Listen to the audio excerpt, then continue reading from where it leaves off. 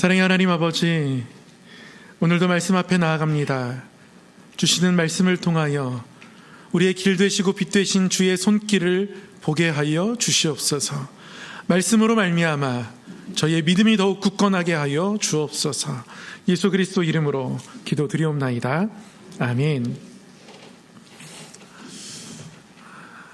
네, 오늘과 다음 주는 제가 예배를 처음부터 끝까지 인도하지 못하고 오늘처럼 말씀만 전하게 될 것 같습니다. 지난 화요일 날 이북로에 연합 행사가 있었는데 다리를 조금 다치게 되어서 한쪽 다리 깁스를 하고 있어가지고요. 너무 하나님께도 죄송하고 우리 성도님들께도 죄송합니다. 여러분 속히 회복될 수 있도록 또 기도해 주시고요. 하나님께서 속히 회복되게 해주실 줄 믿습니다. 여러분 중요한 일일수록 준비를 철저하게 해야 합니다. 지금도 어떤 일들을 준비하고 계신 분들이 계실 거예요. 수능을 준비하는 친구들은 1학년 때부터 차곡차곡 준비를 해나가면 수능의 결과를 조금 더 좋게 볼 수 있습니다. 어떤 분은 보니까 결혼식 준비하면서요, 신부에게 노래 불러주고 싶은데 잘 부르고 싶어서 무슨 보컬 아카데미 이런 데 다니더라고요. 그렇게까지 노래 연습을 하면서 결혼식을 준비하는 사람들도 있습니다. 저도 굉장히 결연한 마음으로 준비라는 것을 했던 때가 몇 가지가 있는데요. 그 중에 하나를 소개해 드리려고 하는데, 제가 군대를 갔다 와서 앞으로 삶을 생각해 보니까 두 가지 준비를 잘 해야겠더라고요. 첫 번째는 연애 준비를 해야겠다는 생각이 들었습니다.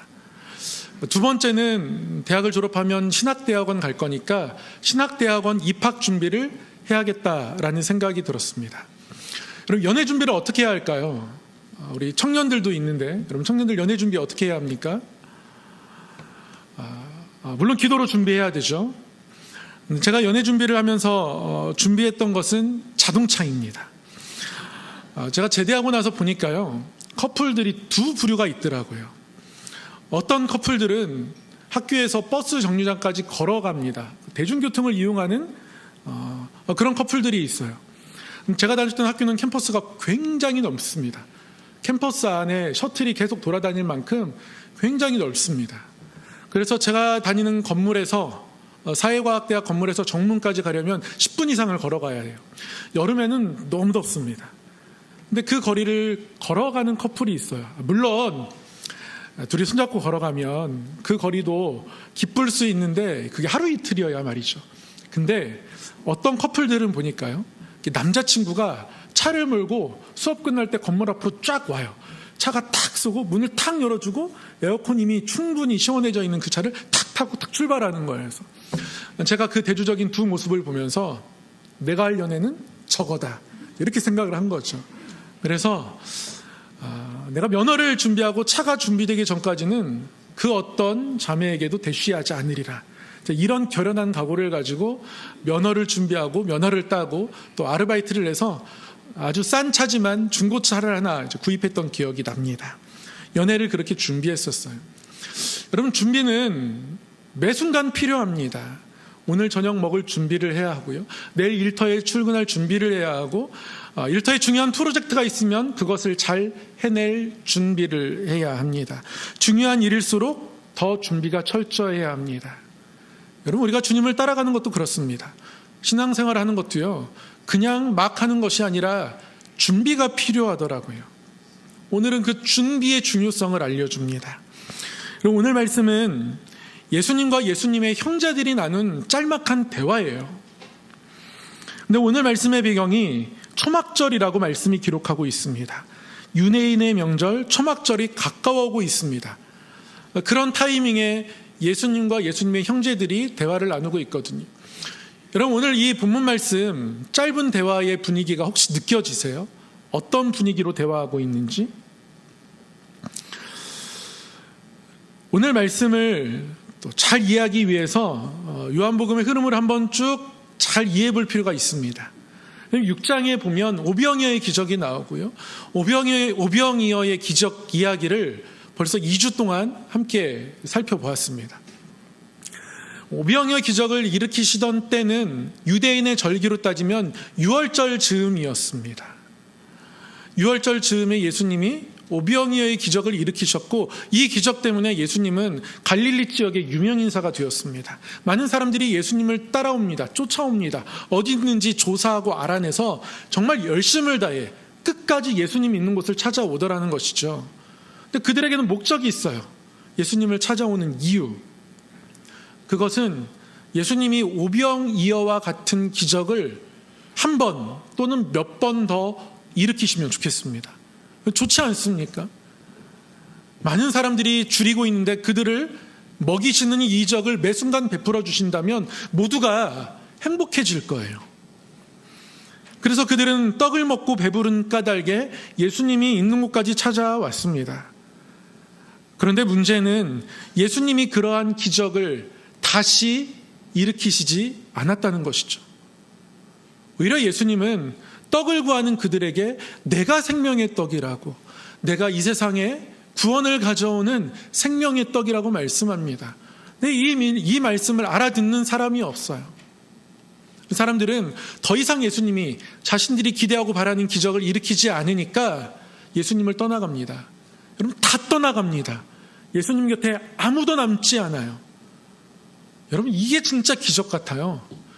그런 큰 기사를 보았음에도 불구하고 예수님께서 그 기적을 다시 일으키시지 않는다고 해서 정말 사람들이 어떻게 한 사람도 남지 않고 다 떠나가는지 모르겠습니다.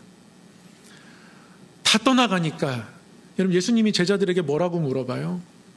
너희들도 나를 떠나려느냐?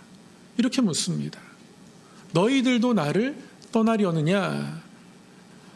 물론 베드로가 제자들이 영생의 말씀이 여기 계신데 우리가 어떻게 주님을 떠납니까? 떠나지 않겠다고 합니다. 그 예수님이 부르신 제자들 말고는 다 예수님을 떠났습니다. 예수님 곁에 남겨진 사람이 없습니다. 이 상태로 지금 예수님이 갈릴리에 계셨던 거예요. 이 갈릴리의 시간이 계속 그렇게 흘러갔습니다. 사람들 앞에 더 이상 예수님이 기적을 나타내지 않으셨고요. 사람들은 계속해서 실망하는 거죠. 그렇게 초막절까지 이른 거예요. 여러분, 6월절과 초막절 사이에는 6개월의 시간이 있습니다. 6월절은 유대인의 달력으로 첫 달입니다. 첫 달, 하나님께서 이스라엘 백성들을 출애굽한 것을 기억하며 기념하며 지키는 절기가 6월절이에요. 우리나라가 지금 지키는 이 달력으로 따지면 한 3월 정도 됩니다. 근데 6월절을 지나서 50일이 지나면 오순절이 있고요. 그 오순절을 한참 지나야 이 초막절이 되거든요. 초막절은 7월입니다. 7째 달, 1월에서 7월까지 6개월이 지난 거예요. 우리나라 달력으로 따지면 한 9월 말, 10월 초쯤 되겠습니다.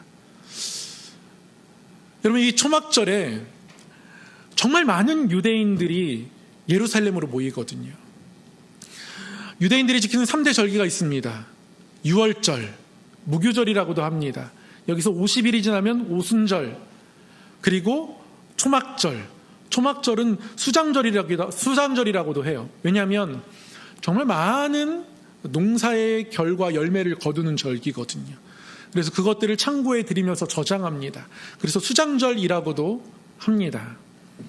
여러분, 이 3대 절기 중에서 어떤 절기가 가장 기쁘게 지켜졌을 것 같으세요? 뭐 다 기쁘겠지만 여러분, 뭐니 해도 잔치에는 음식이 중요합니다. 근데 초막절은 음식을 가장 많이 거두고 함께 나눌 수 있는 절기거든요. 그래서 흩어져 살았던 유대인들이 초막절이 되면 3대 절기에 물론 다 많이들 모였지만 이 초막절이 됐을 때 가장 많이 모였다고 해요. 정말 잔치이고 사람들이 많이 모이는 축제와 같은 절기입니다. 이 초막절이 가까워오는데요. 예수님의 형제들이 예수님에게 오늘 뭐라고 얘기하냐면 3절에 보니까 당신이 행하는 일을 제자들도 보게 여기를 떠나 유대로 가소서.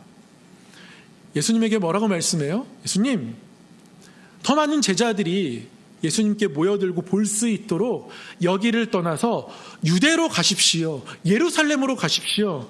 갈릴리를 떠날 것을 권면합니다. 그러면서 하는 이야기가 4절에 보니까 스스로 나타나기를 구하면서 묻혀서 일하는 사람이 없나니 이 일을 행하려 하거든 자신을 세상에 나타내소서. 쉽게 말하면 정말 당신이 메시아라면, 네가 메시아라면, 형님이 메시아라면, 그러면 그 사람들 많은 유대 땅, 그리고 많은 사람들이 모이는 이 절기에 그들 앞에서 당신이 메시아임을 나타내라고 이야기하는 겁니다. 이런 일을 숨어서 하지 말라는 거예요. 여러분, 예수님의 형제들이 예수님께서 세상의 구주되심을 믿었기 때문에 이 구주되심을 모두가 알기를 바라는 마음으로 예수님께 이렇게 권면한 게 아니라는 것이 문제입니다. 여러분, 예수님 형제들에게는 믿음이 없습니다.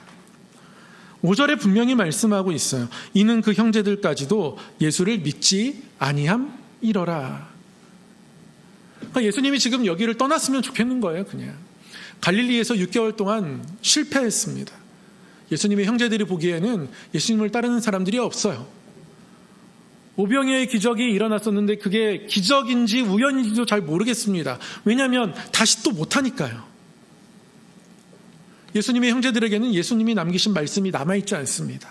그러면 예수님이 가버나움에 계속 6개월 동안 계시면서 은둔 생활을 하신 게 아니에요. 요한복음 6장을 읽어보면 가버나움 회당에 가셔서 내가 생명의 양식이라고, 내가 생명의 떡이라고 여러 번 말씀하셨습니다. 그러나 아무도 믿지 않습니다. 예수님의 형제들도 믿지 않아요.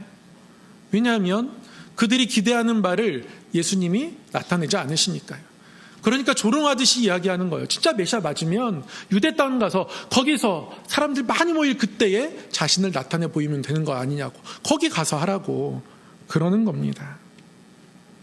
그리고 예수님의 형제들도 같이 초막절이 다가오니까 그곳으로 떠날 차비를 합니다. 열심히 준비해요. 그런데 예수님께서 6절에서 아주 중요한 말씀을 하십니다. 예수님의 형제들에게 이렇게 말씀하세요. 내 때는 아직 이르지 아니하였거니와 너희 때는 늘 준비되어 있느니라. 여러분, 이 말씀이 무슨 뜻일까요? 내 때는 아직 이르지 않았다.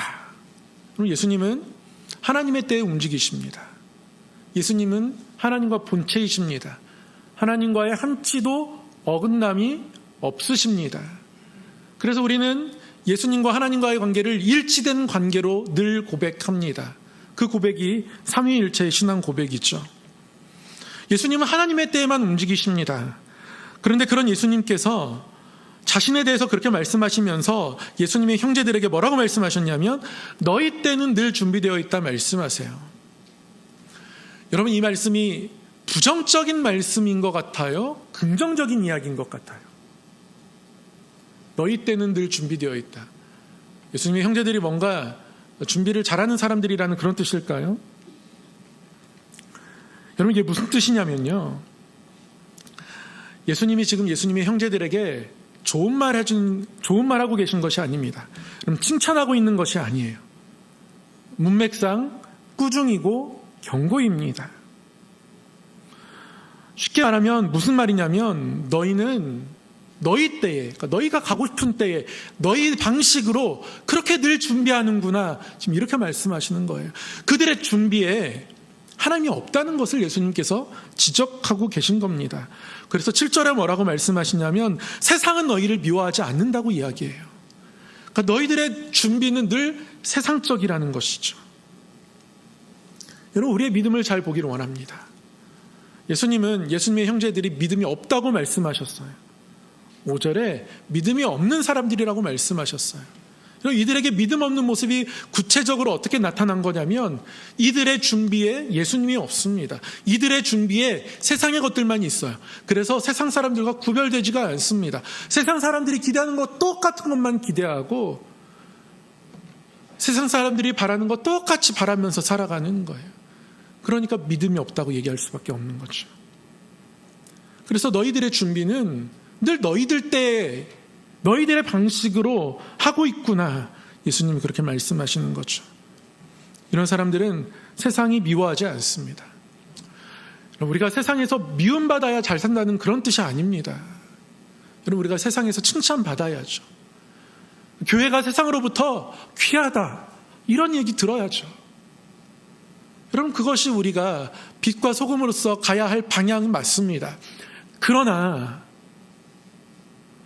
세상의 방식대로 우리가 살아감으로 말미암아 세상과 우리가 아무 충돌 없다면 여러분 그때는 우리 믿음을 점검해 보아야 해요. 여러분 우리가 주일날 주 앞에 나와 예배합니다. 이 시간을 멈추는 거예요. 바쁜 한 주를 보내고 차라리 쉬는 게 더 좋죠. 그런데 하나님 앞에 예배합니다. 우리는 세상 사람들과 다르기 때문에 그래요. 우리 삶의 주인이 주님이심을 예배하며 고백하고 주님께로부터 힘을 얻겠다는 것이 우리 믿음의 고백인 거죠. 그래서 여러분 우리는 예배하는 이날을 일요일이라고 하지 않습니다. 주일이라고 해요. 주님께서 주인이십니다. 일요일이라는 말이 우리에게 불편해야 해요. 일요일이라는 표현이 나쁜 표현은 아니지만 더 좋은 표현이 있으니까, 우리의 마음과 신앙을 담아내는 주일이란 말이 있으니까 이 썬데이는 일요일이 아니라 우리에게는 주일이어야 하고, 안 믿는 사람들에게 야 일요일 아니야 이렇게 말할 수는 없지만 마음속으로라도 그래 주일인데 이렇게 말할 수 있어야 되는 거죠. 여러분 언어의 충돌이 일어나는 겁니다. 믿음이 있으면 이런 충돌이 일어나요. 그것이 세상이 우리를 미워한다는 이 말씀의 뜻입니다. 왜냐하면 우리는 세상의 악함을 따라가지 않으니까요. 그래야 하니까요. 그러나 예수님의 형제들은 이 초막절 사람이 많이 모일 때 예수님이 거기 가서 사람들이 기대하는 기적을 나타내는 게 예수님의 메시아됨에 마땅한 모습이라고. 그래서 메시아라면 이 갈릴리 변방에서 이렇게 숨어있는 것이 아니라 예루살렘에 가셔야 하는 것이라고 형제들은 자기의 방법들로 말하고 이야기하는 겁니다. 여러분, 주님의 일도요, 세상 일이 될 수 있습니다. 내 경험과 내 생각으로 다 하고 괜찮다, 잘 준비됐다, 잘 진행됐다, 여러분 이렇게 생각하고 이렇게 말하면 그건 주의 일이 세상 일 되는 겁니다. 반대일 수도 있어요. 세상의 모든 일이 다 주님의 일 될 수 있습니다. 내가 다 준비하고 완벽한 것 같아도 주께 맡기지 않으면 준비되지 않았다고 고백할 때, 그래서 주님께서 함께 해주셔야 한다고 고백할 때 그게 주의 일 되는 거예요. 하나님께 붙들리지 않은 사람은 늘 자기 힘으로, 자기 경험으로 다 준비되었다고 생각합니다. 말씀 앞에서 멈추지 않는 사람은 언제나 지금이 가장 잘하고 있다고 생각이 돼요. 근데 여러분, 믿음은 아무 때나 움직이는 능력이 아니라 하나님의 때를 기다리는 순종이기도 하고요, 하나님의 도우심을 간절히 구하는 겸손이기도 합니다. 세상의 시간이 나에게 재촉하는 것이 있고 세상의 언어들이 나에게 요구하는 것들이 있지만, 그러나 하나님이 나와 함께 하시는 것이 나에게 가장 중요하고 하나님이 함께 해주셔야 모든 것이 다 준비되었다고 고백하며 살아가는 것이 믿음이라는 것이죠. 우리는 세상의 문법을 따르는 사람들이 아닙니다. 우리는 말씀을 그렇게 따라 살아가는 사람이라는 겁니다. 아까 제가 군대 제대하고 나서 두 가지를 준비해야겠다 생각을 했다고 말씀을 드렸습니다. 하나는 연애, 또 하나는 신대원 준비입니다. 영어 시험을 봐야 하고 또 성경 고사를 보아야 합니다. 일반 대학교를 다니면서 이것을 준비하는 것이 녹록치 않습니다. 해야 될 학업도 있고 공부도 있고 하니까요. 영어 학원도 다녀야 하고요. 근데 제가 가장 먼저 하나님 앞에 준비를 위해서 결단하는 것은, 하나님, 제가 부족하지만 열심히 한번 새벽 재단을 지켜보겠습니다. 구체적으로 일주일에 한 번은 꼭 가겠습니다. 하나님, 제가 금요 기도에는 한 번도 빠지지 않겠습니다. 기도로 준비하겠습니다. 저에게는 그것이 가장 중요한 준비였어요. 왜냐하면 공부를 잘해서 영어 시험 열심히 잘 준비하고 시험 잘 보고 성경 열심히 다 외우고 다 준비해서 성경고사 잘 보고 그렇게 들어간들 하나님 앞에 간절함과 소망이 없으면 그것이 무슨 능력이 되겠습니까? 그게 가장 첫 번째 준비였던 것 같아요. 여러분, 프랑스에 가면 아주 멋진 건축물이 있습니다. 첨탑이 하늘을 향해 찌를 듯 올라가고 있는, 거의 100m 높이를, 95m 정도 높이가 된다고 하죠. 노트르담 대성당. 센느강에서 조금 떨어진 그곳에 정말 아름다운 건축물로 써 있습니다. 여러분, 팁을 드리자면, 저도 잘은 모르지만 고딕 양식의 건축물들은 대부분 창문이 작다고 해요. 근데 창문을 크게 해놨습니다. 그래서 건물을 지탱하기 위해서 옆에 막 여러 가지 기둥들이 외쪽으로 서 있는 아주 멋있는, 그래서 고딕 양식 중에서도 아주 굉장히 특별한 건축물이라고 합니다. 근데 제가 이 건물에 대해서 얘기하려는 것이 아니라요, 명작으로 꼽히는 작품 중에 빅토르 위고가 쓴 소설 노트르담 드 파리라는 그런 작품이 있습니다. 영미권에서는 노틀담의 곱추라고 번역되었기도 하고, 뮤지컬로도 여러 가지 공연으로도 많이 공연이 됩니다. 이 작가 얘기를 좀 드리려고 합니다. 이 성당에 이 아름다운 건축물에 위기가 있었습니다. 1800년대를 지나면 1900년대로 넘어가는 사이에 유럽 사회에 엄청난 변화가 있습니다. 민주주의가 시작이 되는 것이죠. 정부가 권력이 타락했고, 그리고 종교가 타락했습니다. 시민들은 분노하죠. 그래서 그들이 혁명을 일으킵니다. 이른바 프랑스 혁명. 여러분, 민주주의 역사에 아주 중요한 사건입니다. 교과서에도 다 실려 있어요. 그럼 사람들이 얼마나 분노했겠습니까? 왕도 타락하고, 정말 이 사회를 깨끗하게 해야 하는 종교도 타락하고, 그래서 이 사람들이 혁명을 일으키면서요, 여러분, 성당을 가만히 놔뒀겠습니까? 다 때려 부시는 거죠. 허무입니다. 폐허가 됩니다. 혁명을 일으키면서 여러분, 이 성당이 지금 이렇게 아름답지만 폐허가 돼요. 노숙자들이 지내는 그런 정말 슬럼과 같은 곳이 되어버리고 맙니다. 여러분, 종교가 타락하면, 깨끗하지 않으면 하나님이 사용하지 않습니다. 이런 일들을 겪게 돼요. 이런 비참한 일을 겪게 돼요. 근데 이 빅토르 위고가 생각할 때 그런 거죠. 교회가 잘못한 건 맞는데, 그런데 하나님은 선하신 분이잖아요. 하나님이 이 땅을 사랑하시고 구원하시는 분이시잖아요. 성당이 그렇게 폐허로 되어 있는 것이 너무 안타까운 거예요. 그래서 그는 폐허가 된 성당 벽에 안행카, 숙명이라고 써 있는 것을 보면서 내가 숙명적으로 감당할 것이 무엇인지 생각하게 돼요. 그리고서 이 소설을 쓰는 겁니다. 노틀담의 꼽추, 노트르담 드 파리, 이 소설을 쓰게 되고요. 이 소설은 이 성당을 배경으로 하고 있습니다. 이 성당 안에서 벌어지는 모든 일들이에요. 이 소설이 히트를 쳤습니다. 많은 사람들에게 인기를 얻었는데요. 그런데 이 소설을 읽다 보니까 소설 안에 묘사되는 이 성당이 아름다워요. 그리고 종교가 타락했지만 이 아름다움은 우리가 간직해야 할 아름다움이라는 것을 사람들이 생각하게 됩니다. 그래서 후대의 이 작품을 평가하는 대표적인 평가 중에 하나가 뭐냐면, 책이 건물을 만들었다, 이런 평가가 있고요. 이 작품의 진짜 주인공은 등장인물 4명이 아니라 성당이다. 노트르담 대성당이 이 작품의 주인공이다. 여러분, 이런 평가를 하게 됩니다. 사람들이 책을 읽으면서 그래도 성당을 다시 새롭게 세울 생각을 하게 돼요. 보존하고자 하는 마음들을 갖습니다. 당시 사회가 종교에 대해서, 또 왕에 대해서 엄청난 분노를 가지고 있었지만, 그러나 그 분노 속에서도 이 빅토르 위고는 하나님이 높임받기를 원하는 마음을 잃지 않고 있었던 거예요.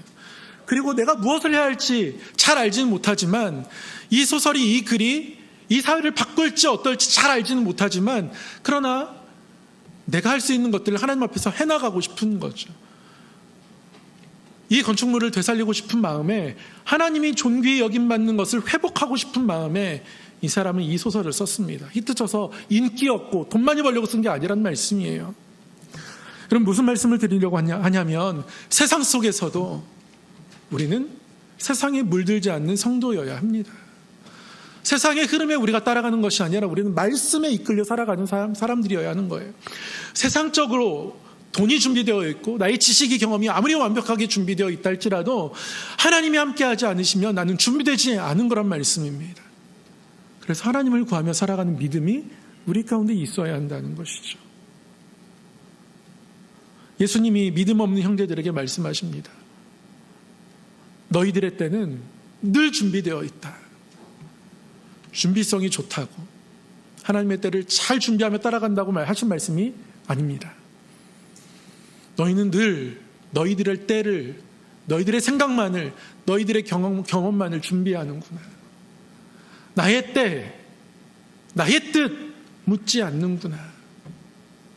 그렇게 그들의 약한 믿음을, 흔들린 믿음을 예수님께서는 말씀하고 계신 겁니다. 사랑하는 성도 여러분, 세상으로부터 미움받지 않는 말씀이 아닙니다. 그러나 세상이 미워할 만큼 하나님 앞에 굳은 믿음을 가지고 살아가는 것이 저와 여러분이기를 소망합니다. 교회는 세상을 따라가지 않습니다. 교회는 세상을 변화시켜야 합니다. 교회는 세상의 빛과 소금입니다. 교회는 성도들의 모임입니다. 그리스도 없는 그리스도인들이 되어서는 안 됩니다. 늘 주님이 계셔야 우리는 온전하게 준비된 것입니다. 우리의 모든 일에 그렇습니다. 어떤 시험을 준비하든 직장 일을 준비하든 어떤 일들을 준비하든 우리는 매 순간 어떤 일들을 준비할 거예요. 오늘도 집에 가시면 저녁 식사를 준비하실 것이고 내일 또 어떤 일들을 준비하고 또 준비하면서 살아갈 텐데 하나님이 함께 하심이 우리의 온전한 준비임을 여러분 믿으시기를 바랍니다. 그리고 하나님의 뜻을 구하며 살아가는 성도 되기를 주의 이름으로 간절히 축원합니다. 하나님의 뜻을 구하며 말씀을 따라 살아가는 성도 되기를 간절히 소망합니다. 기도하겠습니다. 사랑의 하나님 아버지, 하나님을 구하지 않으면 모든 것이 준비된 것처럼 보여도 준비되지 않은 것을 다시금 기억하며 깨닫습니다. 하나님 아버지, 나의 것으로 준비하고 다 준비했다고 여기며 살아갔던 우리 믿음의 연약함을 용서하여 주옵소서.